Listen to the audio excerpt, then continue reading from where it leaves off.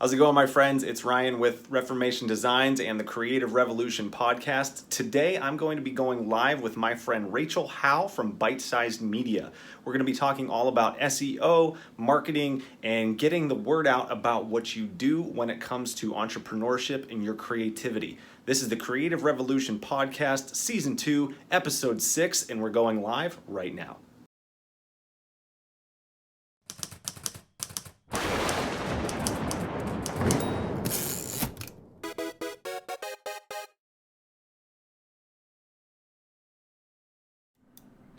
How's it going, everybody? I am Ryan Rhoades, and you are watching the Creative Revolution podcast.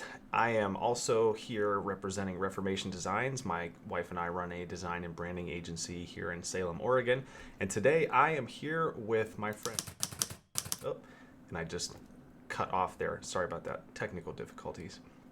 But I'm here today with my friend Rachel Howe from Bite Sized Media, and we're going to be talking all about getting the word out about what you do. So Rachel, why don't you just introduce yourself a little bit, talk about who you are, where you're from, and what your company is all about.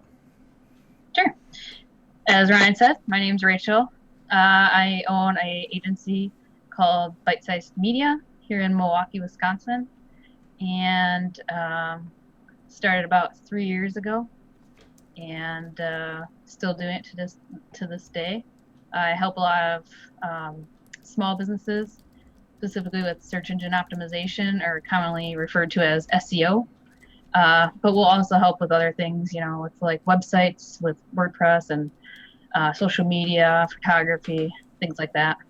Oh, cool. So what was it that initially got you interested in doing this stuff in the first place? So I've always been somewhat of a creative person. So my bachelor's degree is in marketing. But like when I was in college, at first I was actually undecided for 3 years, if you can believe that. No, I can't. I think I was undecided for at least 2.5. Yeah. I think I'm still undecided at some level. That's a good one. Yeah. So I took like a lot of art classes. I was actually thinking about being an art major, but then I realized, like, unless I'm really, really, really serious about it, which I wasn't, I didn't want to be a starving artist. Sure. Especially with the student loan bills. Sure. I started Bite Size Media out of necessity when I was laid off from my advertising agency job back in October of 2015. Okay. But up until that point, I was always doing a side hustle, since I graduated college, basically, to not only feed my creative side, but also to basically survive in this economy. Oh, absolutely. So in terms of, whenever you said that you got laid off in 2015, just as a point of resonance there, I actually started my business initially for a very similar reason, because I was working a number of different jobs, and I graduated in 2006. So I graduated before the economy crashed. So everyone was like, there's, going to be jobs for everybody. It's going to be great. And it wasn't.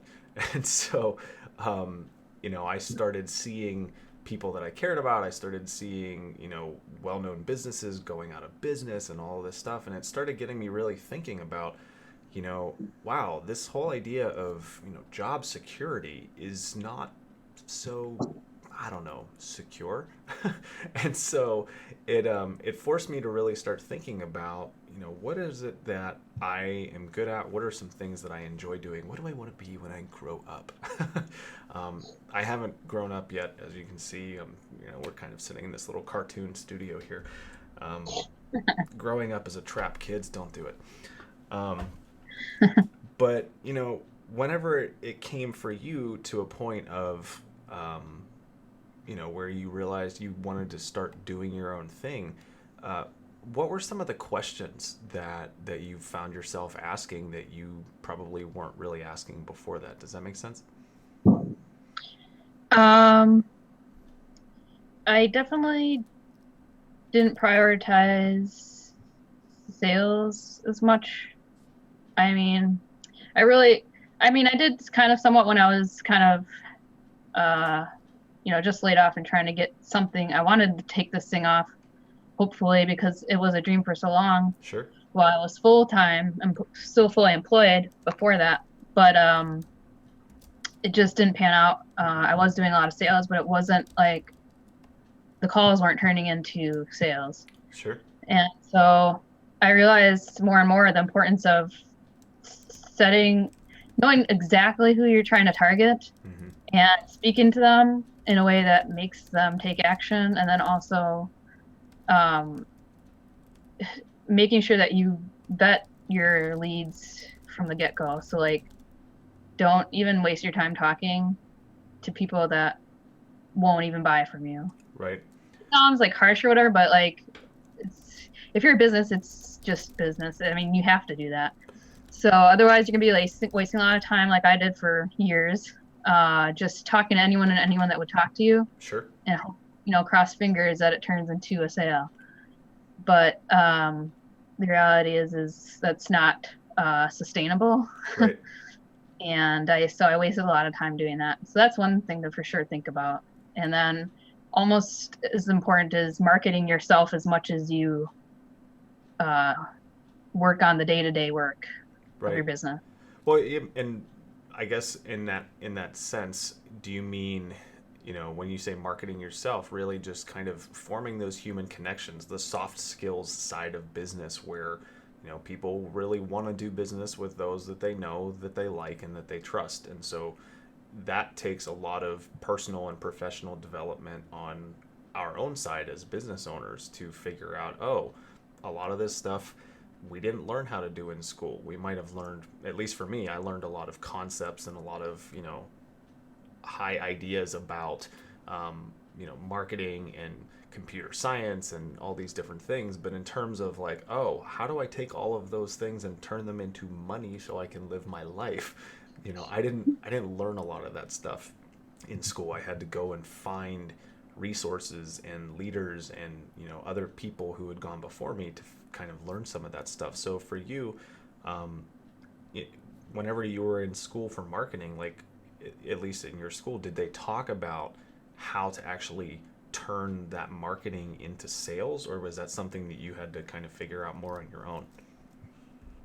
Yeah, I mean, I did take like classes that were like advertising and promotions and stuff, Sure. and but and like quality process and improvement. I don't know the standard stuff, but it wasn't really sales heavy, at least for the program that I took.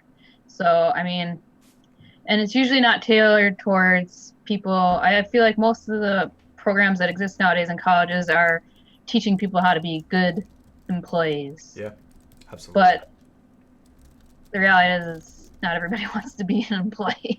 Right. They want to do their own business. So I did learn some of the essentials there, finance, corporate finance, and things like that. But I mean, by the time you're out of college, unless and then you go, and maybe you stay in one job for the whole time or you hop around like I did, Mm-hmm. you tend to forget that stuff. It's not top of mind. You forget how to do all that stuff. So, and then for like the relationship type stuff, like building relationships with people, you definitely take that for granted. And like when you get into entrepreneurship, you realize how much it is based on that, the know, like, and trust. And like right now, a lot of people know that I'm doing my own thing and they already think I'm doing it full time. Right. But it's like, if you guys only knew how much work it is. Right. Well, it is, and that's, I mean, but the difference is, and I tell people this all the time. It's like you're gonna work anyway, so it's like, why not work on something that is a long-term investment in your future success? Because you hear all these statistics about business owners who start and then fail and whatever, but it's like, at least from what I've seen, most businesses that fail, either they just go into exorbitant debt and make stupid decisions, but on the other side of it, it's like, especially when you're creating your own thing out of nothing, you really only fail when you just give up and quit entirely. And there's so much that goes into developing your brand and developing that connection with your customers. So for you, whenever you um, really decided, okay, I'm going to officially start a business, like go, shift from freelancer to I'm going to get a domain name. I'm going to get a website. I'm assuming you have business cards and all of that stuff. Yeah. So Yep. what was that like for you? Like, what was it that made you decide to make that jump? Because there's a lot of people that are kind of like on that fence, and people might know that they do certain things, but they haven't gone that next step to actually say, you know what, even if this isn't full time right now, I'm going to start this officially. So what was that story like for you? Yeah, so I've never really, I always knew that I'd have to do some type of, and that's why I took business as a major in marketing, Mm-hmm. because I knew that I had to do something practical, because I mean, it was a big risk for me in general to go to college Sure. and pay for all this stuff out of my own pocket Sure. without any scholarships or anything. So, I mean, getting into that, knowing that that's what I'm up against after I graduate, I was pretty heads down in my work, or studying and all that, and I didn't do any of the, people talk about their college partying. Like, I didn't do any of that really. So, It's really it's overrated. I did way too much of it, and yeah, it's way overrated. yeah. So, I mean, I knew that I'd have to do some extra work on the side no matter what. Sure. And so it was kind of always the requirement for me. And then, the straw that broke the camel's back, I guess, is when I was laid off in October of 2015. And, it's kind of like drinking from a fire hose, I scrambling. I didn't have any savings. I had nothing. I had to get a job ASAP. Right. So the longer it took, the more screwed I was, I guess. So that really, I guess, adversity in that sense, and then just knowing like all this stuff with the paying your student loans back and stuff like that puts a lot of pressure on you. Sure. And I just was like, I just can't do this anymore. Like, I have to do my own thing. I have to make it work, because this is not right. Yeah. So that kind of is what really pushed me. Well, that So, I definitely resonate with that. I'm, anyone who has followed me for any length of time knows that I'm I've been a very outspoken critic of the student loan system here in the U.S. And part of it yep. is just being able to know for a fact that, oh, there's plenty of other countries who don't do this to their citizens. Weird. It's like, just that idea in and of itself. It's like, okay, it opens up ideas in your mind about what else is possible. And so, as it pertains to starting your own business, I'm always encouraging people in that direction. Not because it's easy. It's probably the hardest thing I've ever decided to do. But the freedom that you get in doing it is worth the pain, in my opinion. It's like, it takes time. It takes a lot of time to figure out your systems and your messaging and who you really are, the way you want to present yourself to the world, like all of that stuff. It's like, people just see the final product. They see the logo on the shirt or on the business card, but they don't know the blood, sweat, and tears that goes into making those decisions and getting you there. So for you, when it comes to your SEO company and the different things that you do, help me understand a little bit about why you decided to do those things in particular. I'm not a huge SEO guy. Like, I'm much more in the direction of like content marketing in and of itself. But in terms of, search engine optimization, what was it that made you kind of decide to pursue that as kind of a cornerstone of your business? Yeah. So I really had no idea what this SEO thing even was Sure. back when I first started. So technically, I was supposed to graduate in 2009, but it took me a little bit after that. Sure. But I was always, I knew I wanted to do something in marketing, because I, like the creativeness / mixed with business. I thought that was a good fit for me. So I started thinking, I don't know, what kind of marketing would I like to do? And, I'm not like a promotions type person. Like, I mean, I like promotions or whatever, but I I didn't want to do the event stuff.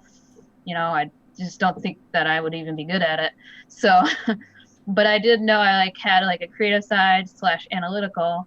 So I kind of got into doing, setting my own like websites up as like for fun. So like I had a marathon blog that I started back when I started to run marathons. And like my own personal blog. And when you're doing all that, you kind of learn, so I've always stuck with WordPress from the beginning because that's what I do all mine in. So I created my sites with WordPress, through Google Analytics on them. And I was just like super amazed by like all the information you could get out of like Google Analytics. Like you could see how many people were on your site. You could see what page they looked at. You could see all that stuff. And I thought it was amazing. And I was like, well, this ain't going anywhere anytime soon, especially with, the internet's progression. Right. So I was like, this is a good field to be in too. And it's interesting. So I started adding, skills. I don't know how long it's been since I had a LinkedIn profile, but it's wherever I could, I would put, I had skills in like analytics, Google Analytics, and like WordPress. And I kind of started learning about this SEO thing. I did have a couple internships in them. I would search, I think it was just like searching job boards, seeing that people are looking for, and then starting, half of SEO was looking at the data too. So I kind of just fell into it that way, and got a couple internships. Some I did for free, some I did paid. But it looked like companies needed it. So I, when I finally was able to go full-time after school, I worked for an agency out here in Milwaukee, just a small web development company that also did internet marketing. And one of those things was SEO. So that's kind of how I got my start. And ever since, I just hopped around to the next agency that they also did SEO. Another agency also did SEO. So my career has pretty much stayed along those lines. There's things like paid advertising and all that, but I stuck to SEO because, I don't want to like bash PPC people or paid advertising, but it's like for search engine optimization to work well, you have to put in the work, and you like kind of build it, and they kind of, promote it, and then they come. Right. Whereas PPC, you pay to play, so you throw money, or paid advertising, you just throw money at it and they'll come. So to me, I like the challenge. So would you say that and when it comes to SEO, because I'm very much in the same boat as you. I'm not a huge fan at all of the paid ads and stuff like that. It's definitely gotten harder over the years to not use that stuff. But I've found that the quality of the connections and the leads that I get from, focusing on content marketing, focusing on SEO, and, really tailoring my content to reach the right people, the quality of those connections is so much better than, trying to sift through, I had 1,500 hits to my site, but maybe 2 of them clicked on anything. You know what I mean? And so I guess for me, I'm always trying to think, when it comes to the content that you're putting on your website as a business owner or as a content creator or whatever, especially with SEO, like it's going to last longer because you have more, because you've done the work the one time, and it's not like you're just putting money in a slot machine and, pulling a handle and hoping that it does something for you. So definitely evergreen. So what kind of content do you encourage business owners to be putting out on their website and things of that sort? Yeah, let's say first, think about, well, what is it that you do as a business? And chances are you'll be able to find what people are searching are related to what you do. So like, for example, for SEO, if someone was looking for like SEO services, a lot of people search things like, how to get my website to rank in Google, or how do I get listed in the Google Map Pack, or things like that, which you can easily find what people are searching by even just typing in the Google and seeing the suggested results. Also at the bottom of the search results in Google, you can see people also search or ask. But there's tons of tools out there. For example, when I use this SEMrush, and you can actually see this monthly search volume that people use to find your services or products. So I would suggest first, kind of mapping out the main core areas of your business. And a good way to do that is, kind of just like look at your site navigation. That kind of lays it out. You have your services, then you have your sub services, and using those as like the pillars to doing your keyword research, and start building out some ideas, throwing it in some of the tools like SEMrush, and trying to see what kind of content you can write that will answer those questions that people are asking, or fulfill that need. And so that's where I would suggest starting. So a lot of it really then boils down to, I mean, this sounds really basic, but I know that for me, a lot of business owners I talk to, it's like they don't know their customers, or it's like they don't seem like they know their customers or what they care about. So you go to a lot of business sites and it's basically like, holding up a certificate, like, here's how awesome we are, here's all the good things that we're about, but it doesn't actually communicate like, oh, how are you going to solve your customer's problem? And so, like you said, the things that people are searching for, it's not like, award-winning SEO firms in Wisconsin. Yeah, right. They're looking for, how do I get seen on Google? It's like, it's more simple than that. And it's more focused on them as the customer, not you as the business owner. And so, do you have like, I guess as it pertains to, whenever somebody comes to you and says, Rachel, I'd love your help with improving my search engine optimization on my site. Like, do you have like an assembly line or some kind of system that you usually take every customer through that makes that easier for you just on the business side of it to kind of manage all of that? Yeah, so like one of the core services that I offer is helping small businesses with local SEO.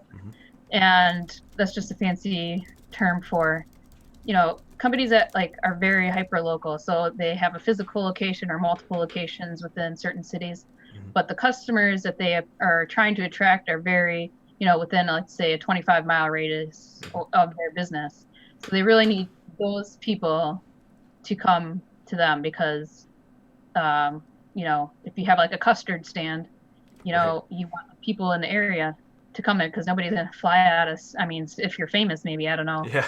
but nobody's going to come out of state and come get your custard. So your customers are within that radius. So one of the services that we offer is helping people get listed on like major directories like TripAdvisor, Yelp, Google My Business, making sure that their information, their business information is even listed online if it's not.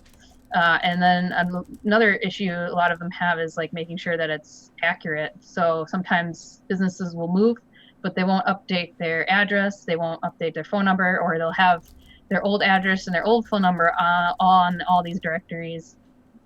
And they have their new one now also on the directories, or maybe just on their website.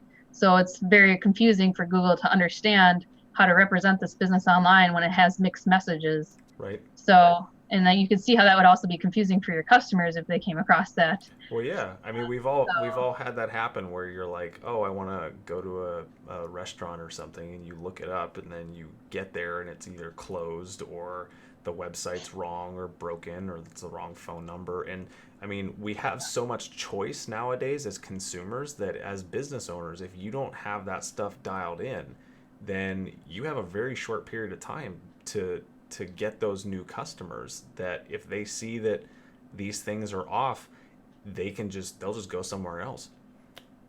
Yep. And that's kind of the beauty / pain of like our mobile society. Right. Everybody has their phone Yeah. to do these things. We all know mobile, or most people know that now mobile searches surpass desktop searches on Google. Right. for a while now. So, I mean, that just shows you how mobile people are. Well, even And I mean, it's funny. Just I was at a restaurant yesterday, and I remember a number of years ago we would always hear, um, we'd see a lot of people complaining like, "Oh, these young people are always on their phones or whatever." Now I feel like it's kind of flipped because I'm kind of burnt out on a lot of it. So I'll go to restaurants and enjoy the FaceTime with, not like Apple FaceTime, but like actual FaceTime with people, and I'll look around and there's people who could be my grandparents hunched at their table, on their cell phone, not even talking to each other. I'm like always tempted to take pictures and post it, but I don't want to do that. So yeah, yeah, it's crazy, huh? yeah. So okay, well that's really great. I appreciate all the info so far. And if any of you guys are watching and you have any questions for Rachel about SEO or about some of this stuff, go ahead and drop them, and we will see them. So drop them in the comments. But Rachel, you talked a little bit already about why you decided to go into business for yourself. But can you talk a little bit about some of the biggest lessons that you've learned so far? And like, if you could Yeah. start over, what are some things that you would do differently, if anything? Because some people are like, "Oh, I wouldn't change anything." I'm like, "Oh, that's great." Yeah, no. My what I would do differently is definitely, I mean, I'm pretty organized person by nature, so I somewhat had processes in place, but definitely not to the fullest extent of if you want to scale fast or at all, Hmm. I guess, is you have to have processes and systems in place. And that goes from everything Right. to doing your accounting to doing your marketing to doing lead generation. Right. Um, like, don't be on. I spent way too much time being on all social media platforms like LinkedIn, Instagram, and I realized I did an audit of my time, and I was like, I'm just sitting there trying to market my business, trying to get people to sell, that would want my stuff, but like, that only really works in rare occasions on just, social media. I would say it's more for like branding, unless you're doing paid advertising. Right. Marketing helps for sure, but like you don't want to spend all your time on all these different platforms. Like your main thing for as a startup is cash flow, cash, cash, cash. So like you gotta learn how to sell, and you gotta learn how to keep the money coming in so that you're paying your expenses, and your expenses aren't more than what you're bringing in. Right. So Because then you just have a really expensive hobby. It's not a yeah, business. right. Yep, I saw your post about that the other day, and I Yeah. was like, yep. At times it felt like I was just, it's like, why am I even doing this? Like this, I'm just paying to keep this thing alive that's not doing much, Sure. you know? So now I'm really gung ho on sales and processes, and I've deleted most of the social media apps on my phone, save for a couple Yep. in case uh, someone needs to message me. But uh, now I'm not doing any of that. So I would say, you really need to focus. And a lot of times people think, this whole like Bitcoin, this Bitcoin, this stuff's not really working out for me for the SEO stuff. I think I'm going to try this Bitcoin It's that kind of like the everybody's, shiny object syndrome. You're like all yeah, over. Yep. yes, definitely. That will definitely creep up on you and be tempting. And if things aren't going too well in terms of like sales, you might think it's the niche you're in or whatever, Hmm. but it's not true. As long as you're speaking to your customer and solving their pain points, then you will have a market and you will be able to sell.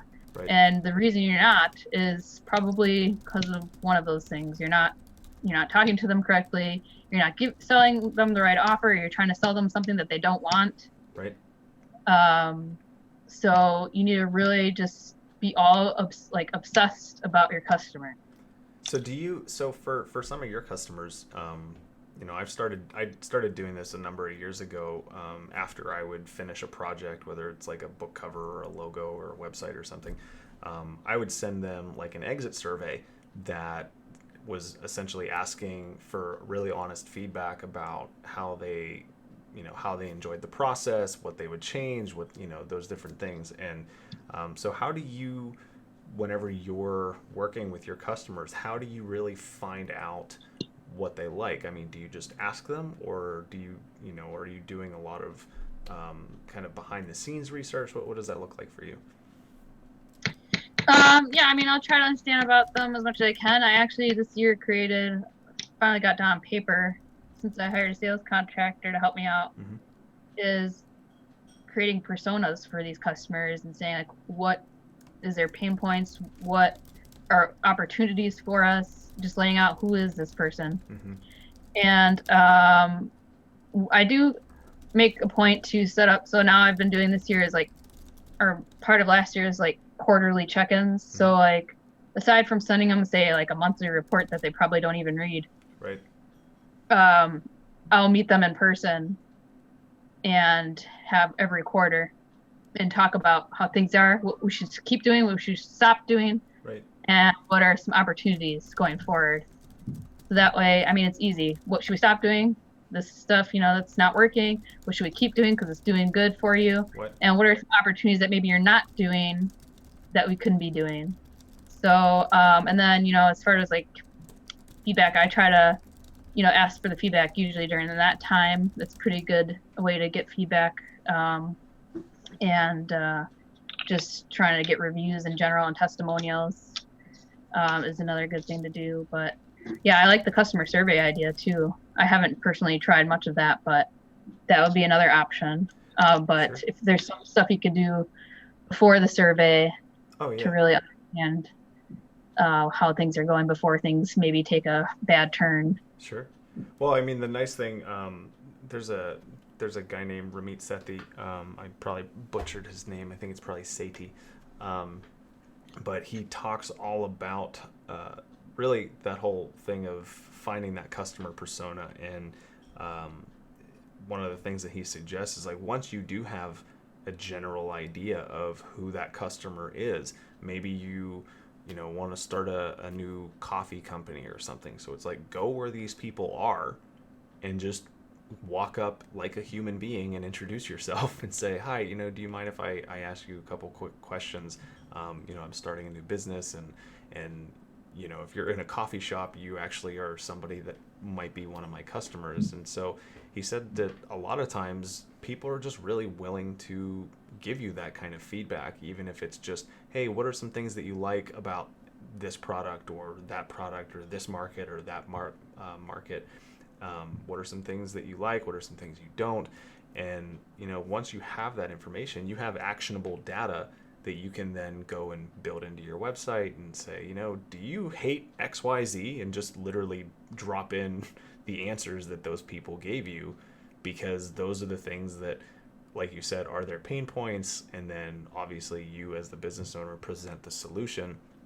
And as it pertains to the title of this episode, getting the word out, ironically enough, Seth Godin actually posted a blog post today, literally called "Getting the Word Out."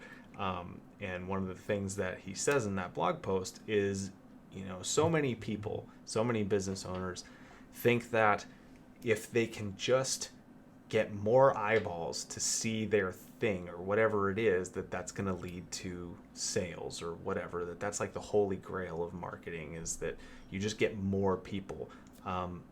And he basically boils it down and says, a lot of people know that Peru is a country, but that doesn't mean that they're going to pack their bags and like go visit Peru and, give them their tourism dollars right now. So it's not about, getting the word out just for the sake of getting the word out. It's about having the customer take action. And so for you with, with your company and the experience you've had with marketing, can you talk a little bit about just the power of the call to action and really, how you go about nailing that down with your customers? Does that make sense? Yeah. So yeah, marketing is marketing and PR and marketing, PR is one thing, sales is another thing. So like, you can do all this fancy brand awareness stuff, but I mean, if you don't drive them to take an action, then obviously they're not going to do anything, unless you're really speaking to a need.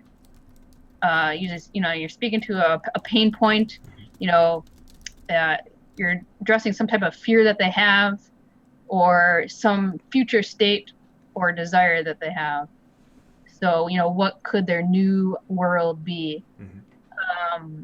Those are the ways you're going to get people to take action. And I can't really say for other things much, but like for what I do is I try to incorporate that on my website. So every page has a call to action. So on my homepage, we talk a little bit about how we help customers, but also have call to action buttons that say, view like SEO services, or even on blog posts, even if we're answering like a question, we'll include something at the bottom that has, if you need help with like online reviews, check out our online review services or get in touch with us here. Right. So you always have to hint at, or funnel them down, I guess. Yeah. And that goes for, if you're posting on social media or even your website, thinking about those things. Because like, for example, for SEO, like what I do is drive traffic to websites for the most part, or clean up like online listings. But the other part of SEO is more of like driving that traffic. And you could drive all the traffic you want, but like if you don't have something for them to do when they get there, and especially if they're very top of funnel, they're just doing research. Maybe the blog post you're writing about is very high level informational type search. Right. They're not going to do much. They're just going to probably leave and go somewhere else unless you have something for them to do. Right. Request a sample, or like, sign up for our email list, or, request a free quote for whatever your service that you provide. Right. So I would definitely focus on doing some of that stuff if you're not doing it now. Well, and I mean, it's interesting because so many, I've come across so many small business owners, artists, creators, like it really doesn't matter, where you are on that spectrum.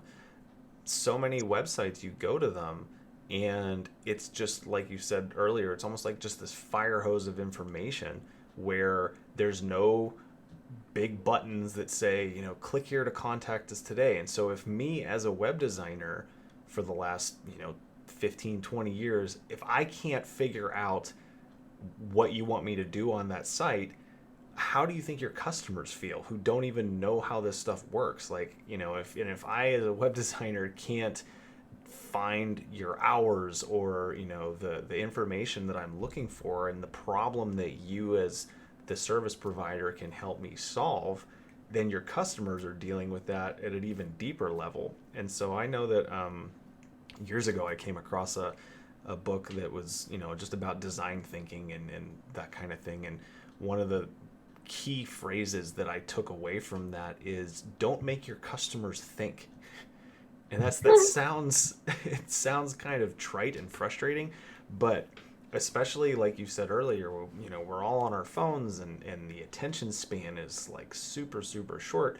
So if you get on a web page, don't have giant blocks of text. Maybe have a video that you introduce yourself or you summarize your services, and then underneath it have a really clear call to action button. Like, these are simple things in practice, but getting your messaging that clear to the point where you can be that specific, that's where I find a lot of people struggle.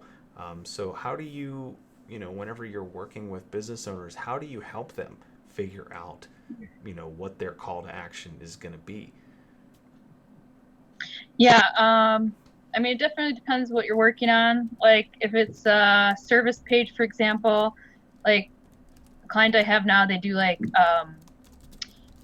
historic home restoration. And so I've noticed on their site they have a lot of like content. They're like really passionate about what they do and how they don't just, a lot of companies in the area that they quote unquote compete with are just other like construction or painting companies that offer the similar services they do, like they'll paint the outside of the house, Sure. things like that, build porches. But my client in particular is very good at the restoration part on old homes. Okay.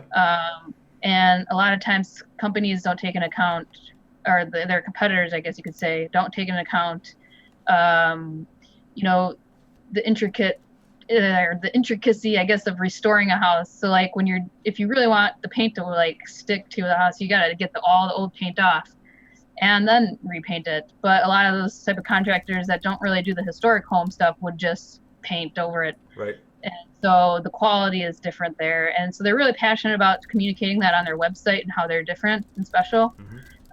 And, they care about these old homes that you're bringing the beauty to life kind of with their services. But they really forget about, okay, well, you're kind of rambling on these service pages. I mean, it is good information, but you have to break up that content, and then you have to tell them what to do next. Right. Because the odds are there may be more how they got to your website is they're just kind of researching right now.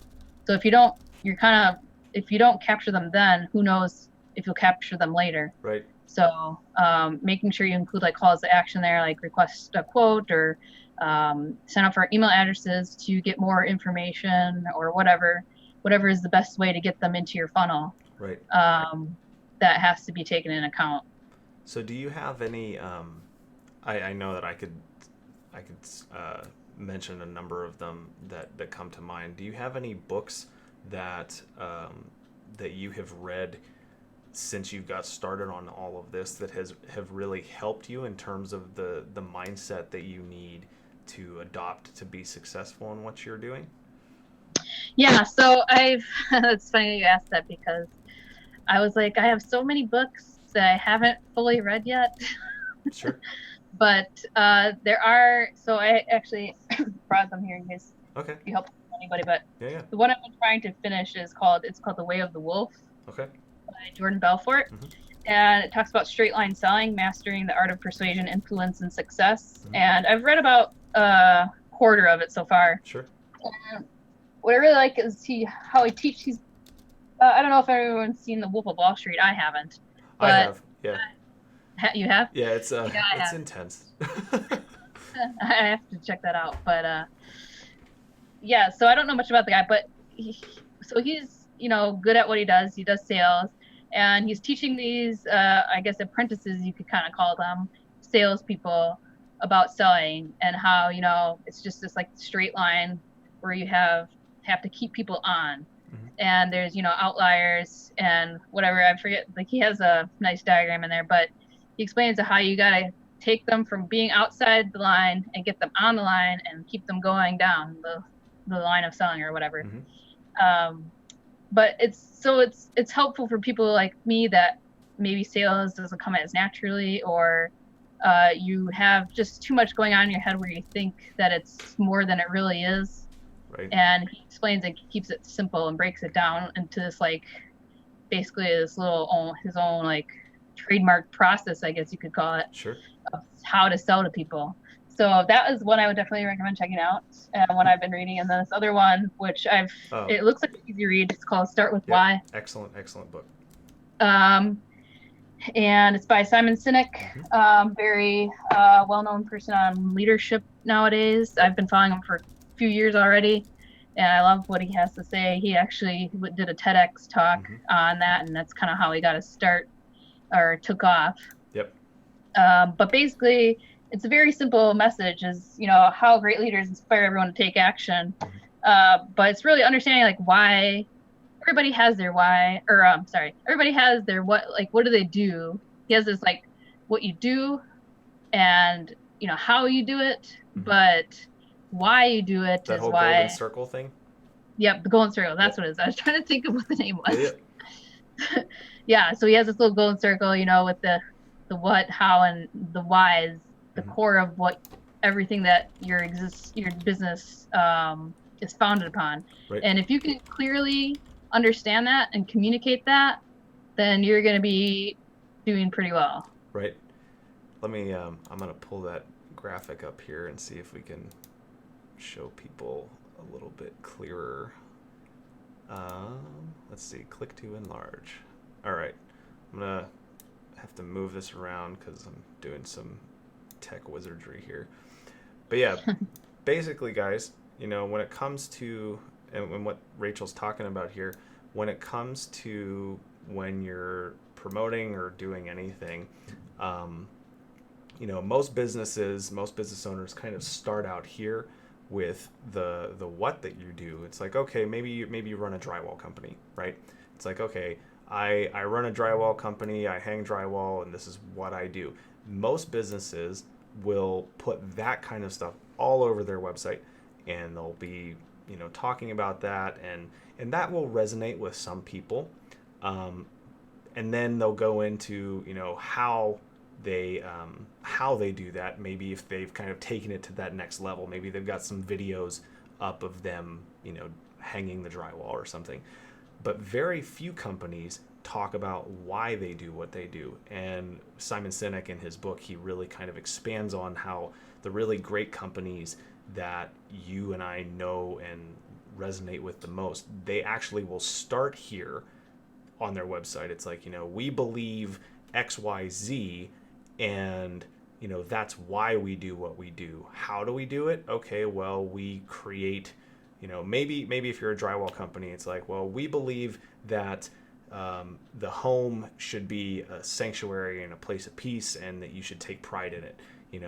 And so how do we bring that belief to life? Well, we actually hang up drywall. So, want to buy some, contact us today for a free consultation. That's a really broad overview of it. But essentially, like Rachel is saying, there's so much that goes into really analyzing those things, that if you, as a business owner or a creator or an artist, you can really kind of up level your game to the next level. So anyway, any other ones on that? No, those are the two that I'm trying to get done. I have a couple other ones over here that I'm trying to, but they're kind of not really. I mean, Mastery is one I've read in the past. Oh yeah, excellent, Robert Greene. Haven't read it fully again. Oh no, I don't. Whenever I say any books that have helped you, I've got a colossal library, but there's only a handful of them that I'd say probably 30 to 40% of the books that I have, I've actually read cover to cover. Most of them I'll just open up and, find something that I can meditate on or take action on. So don't feel bad about that. For me, it's a lot of online videos. There's I follow a guy named Sam Ovens. Oh yeah. Who does online. You mentioned his name, so now people are going to start getting ads. Sorry, guys. No, but Sam Ovens, and Gary Vaynerchuk. But I try to keep it limited. I don't listen to all the stuff that they say, but taking the core of what they say. And I watch a lot of their videos. That's how I consume most of my content, just from those two people mostly. Okay, very good. So we got about 10 minutes or so left. So I want to make sure that I hit a couple more of these questions here. This has been great. Thank you for all the insights so far. Thank you. So for people who know nothing at all about marketing, maybe they're an artist and all they want to do all day is paint pictures, or maybe they're a business owner who all they want to do is make whatever it is, whatever widget they're making. I know for me, I try to tell all those people, if you want to actually make a living doing that stuff, too bad, you have to learn marketing and sales, because otherwise it's just an expensive hobby. But for people who know nothing about marketing, I mean, you have a degree in it. What are 2 or 3 things that you would recommend that they learn and understand? I would say you definitely have to so this is why I chose this particular one, is knowing your why. Mm-hmm. For example, because there will be a gazillion companies that do what you do, for any given profession. So any profession really, or whatever business you have, there's tons of other businesses out there that do that.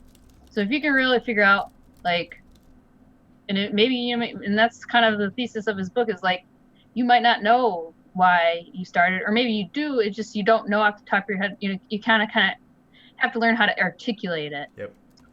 You kind of you have to really be clear on why you're doing what you're doing. And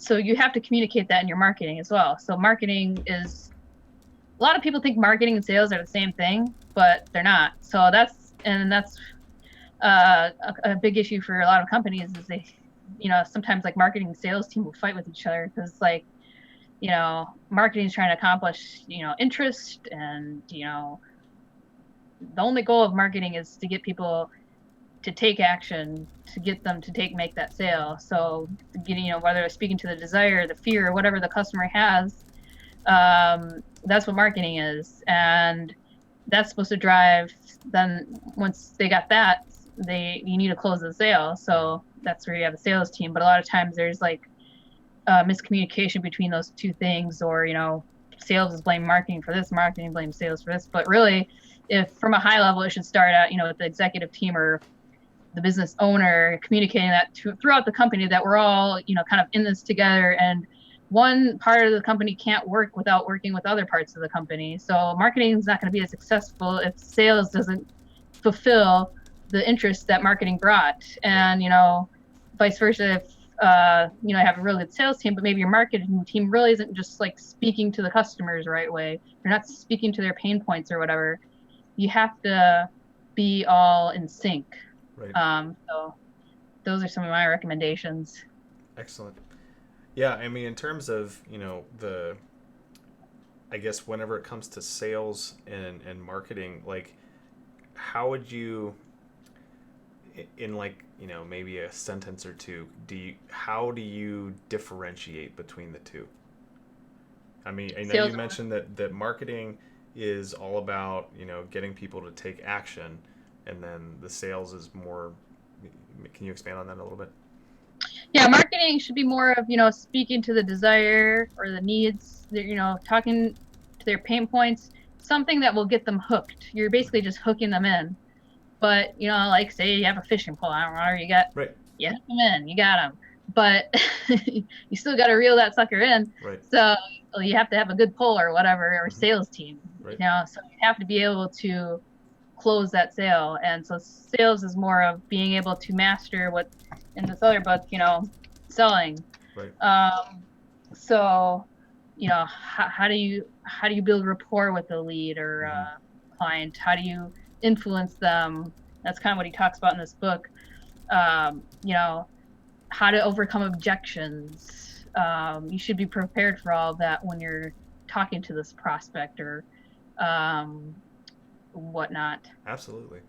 Yeah, I mean, that's, I know for me, whenever I started out, and still to this day, there's plenty of times and situations where, every situation is different, every customer is different, and they might have similar needs and fears and, desires and things like that, but you just literally never know all of the different variables that they're working with. So, I mean, you might go into a sales meeting and they loved your presentation and all this other stuff, but like you get there and you might have no idea that they just had a loved one die, or something like that, so that could be affecting their mood. And then it's like there's all these different nuances of human to human interaction that goes into sales, that is something that a lot of people think is just kind of this natural gift that just falls from the sky and hits people in the head. And it's like there might be people who are more natural at it, but most of it is a learned skill that you have to cultivate like a garden.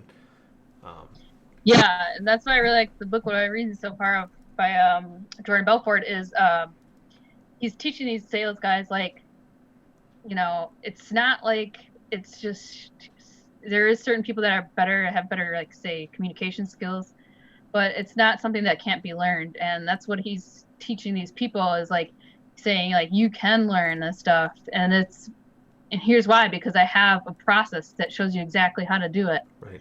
And so, like, for those people that may not be good at sales or think they're not good at it, to know that it's a learned skill and you'll get better at it the more you do it. Right. And something that could be helpful, which I don't currently do, but I would like to start doing, is maybe like recording calls that you have with potential leads or whatever, and going back over the call at recording, and seeing where maybe you're not fully like listening or speaking to the need of the person. Right. I mean, they do this in sales. Like, I forget, I think it was Kobe Bryant or something like that. Like, I'm sure a lot of others, but he was specifically talking, I think, about it. How they go over, their tapes of their practices and Oh, games over and in over sports and and stuff. over. Yeah, yeah. Yeah. So it's like, I mean, and these guys are already the top of the top. Right. They're the best of the best. And they still, because it's all repetition, practice, and Yep. repetition and practice. That's the only way people get better. Even if you're the star of whatever that you do, I mean, really good at what you do, there's room for improvement. Absolutely. And I mean that's I think part of the beauty of so much of this, whether it's any creative pursuit or any, mastering an instrument or something like that. Like you never see musicians or sports stars or whatever. They never are like, all right, I've reached the top, I have arrived, and now I'm done. Like it just doesn't happen. Yeah. And so it's something where there is that there's something to be said over and over about that day in day out practice of just doing your craft. And there's another excellent book that I've recommended different times on here on the podcast, but it's also called Mastery, but it's by a guy named George Leonard, who was an Aikido teacher, who he talks about how so much of our culture, we, whether it's through advertising or whatever, it's like we're so conditioned to pursue these like mountaintop peak experiences, whenever in reality, like when you compare those type of experiences to like the timeline of your life, it's such a small percentage of what we actually experience. So for example, like you see the Zales commercial where the guy's proposing, or they're blowing out the candles or whatever. It's like these minuscule fractions of a second of human experience that everyone is like constantly in pursuit of, as opposed to true masters of their craft know that mastery only comes by the day in day out practice of doing whatever it is that you're trying to do. And so that has helped me immensely in terms of kind of dealing with that, like, hurry up and be an expert feeling that we're so it's like we have to get to the top of the mountain. It's like once you get there, Yep. it's just one more step. So, Yep. um, Yeah, and like when I first started out too, is like, or even up until recently, I kind of been, had like an epiphany, I guess, like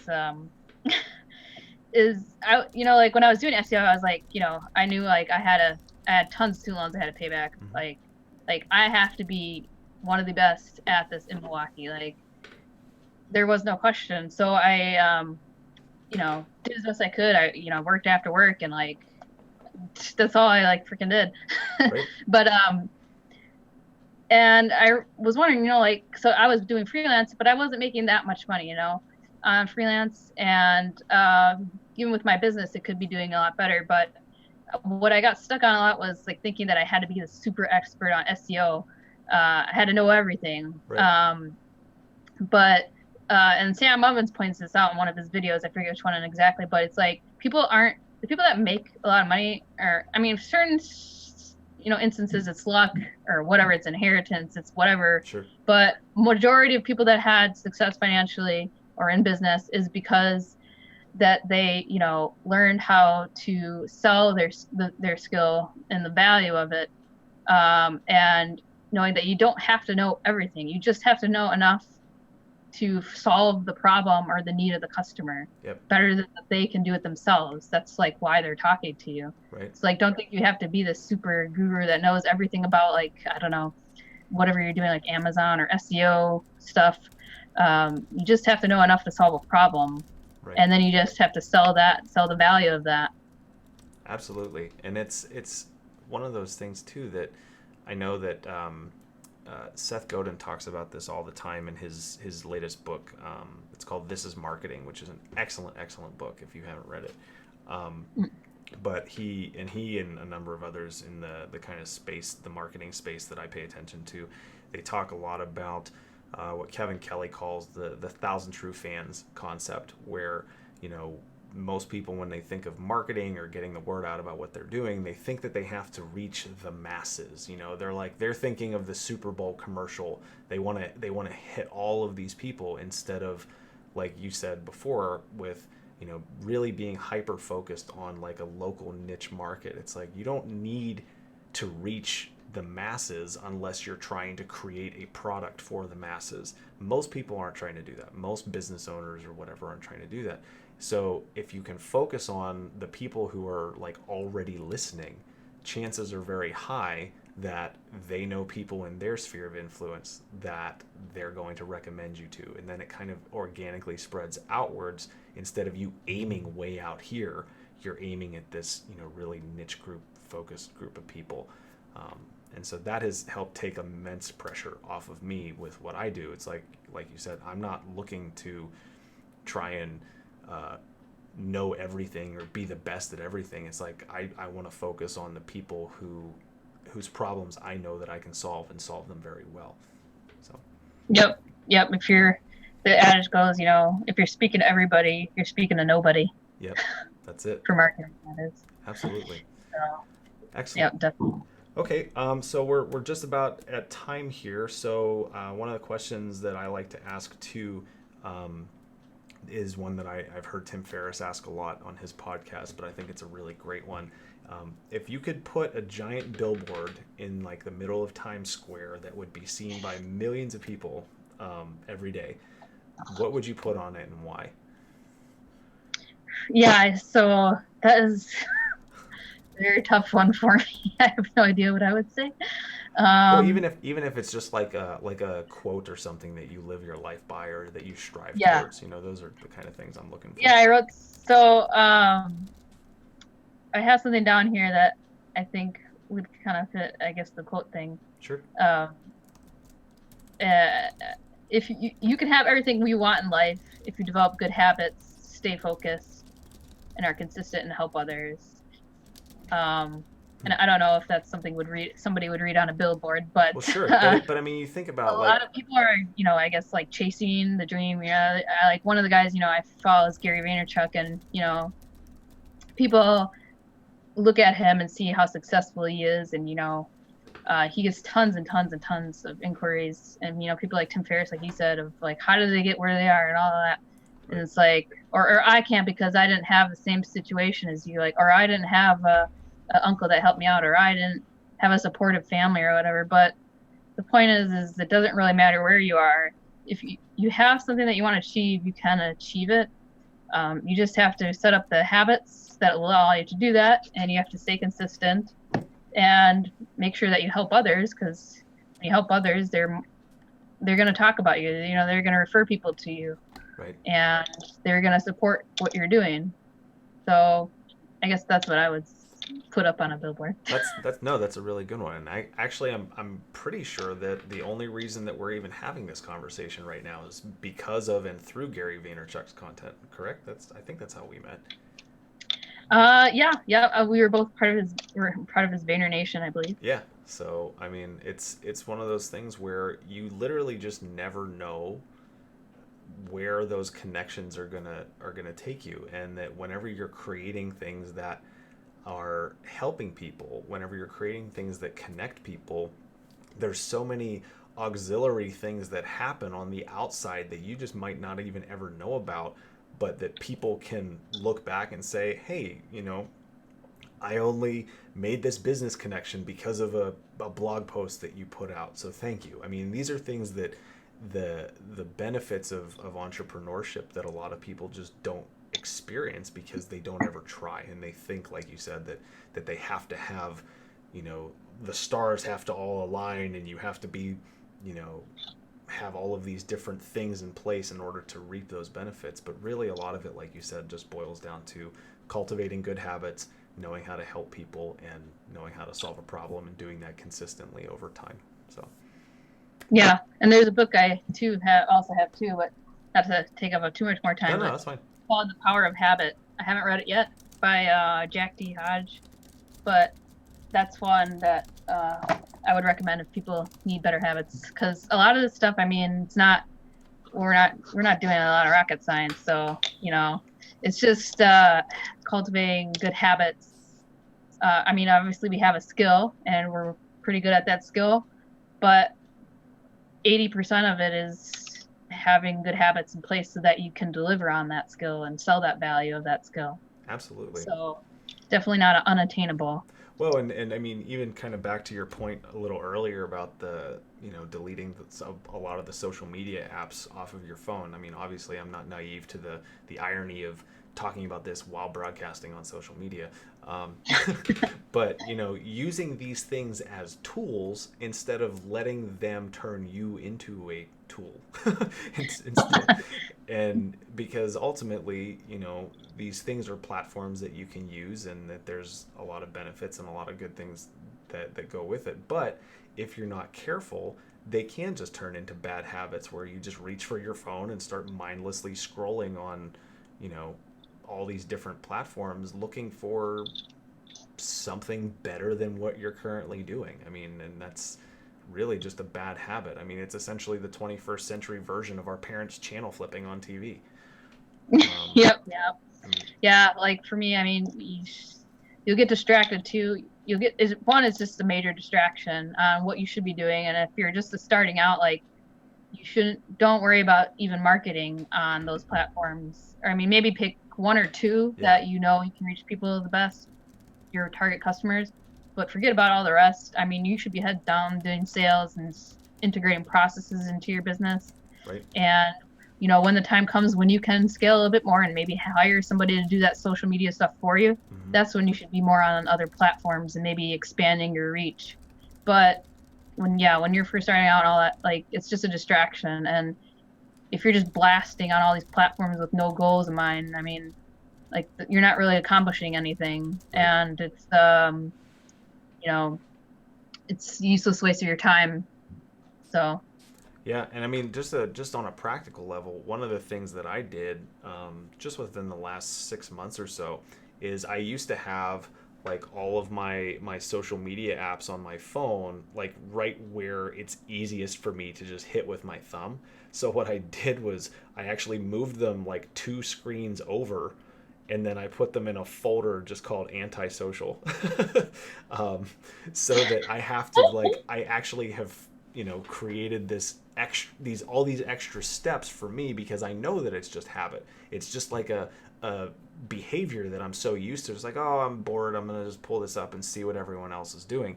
And so instead, what I did, because when you're working on getting rid of bad habits, you can't just like stop the bad habit. Everyone's tried that. It doesn't work.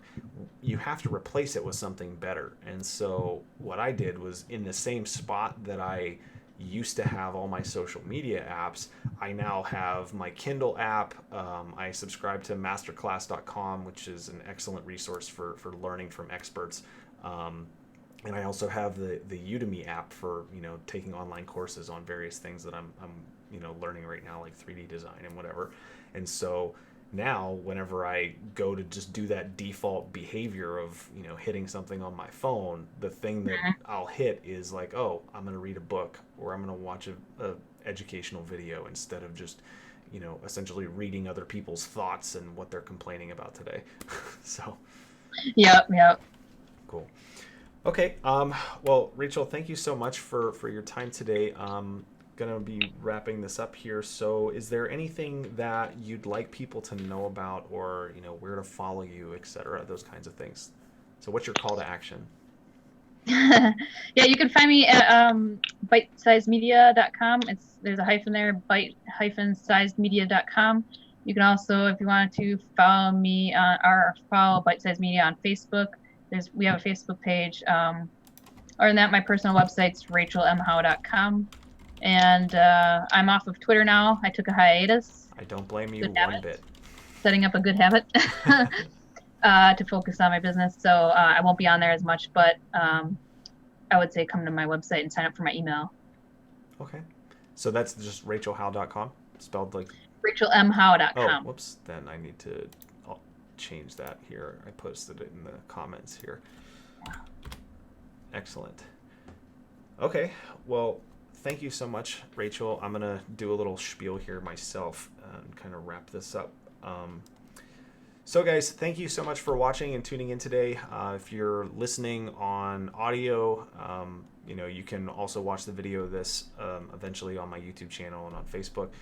If you're looking to manifest and monetize your ideas, my latest book, The Science of Getting Rich, How to Think, How to Act, and What to Do to Harness Your Creative Potential. You can get a copy of that at scienceofgettingrich.com.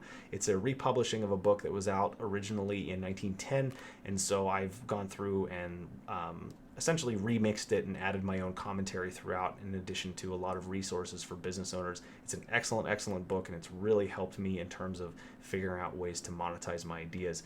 Additionally, if you are a business owner and you're wanting to update your branding and really get that consistent look and feel, make sure to go to logos.reformdesigns.biz. We have branding packages available. And if you haven't yet, make sure to sign up for our VIPs list. It is down here in the bottom corner. It's reformdesigns.biz/VIPs. We regularly put out weekly content on how to be more creative and live a more fulfilling, exciting entrepreneur style life.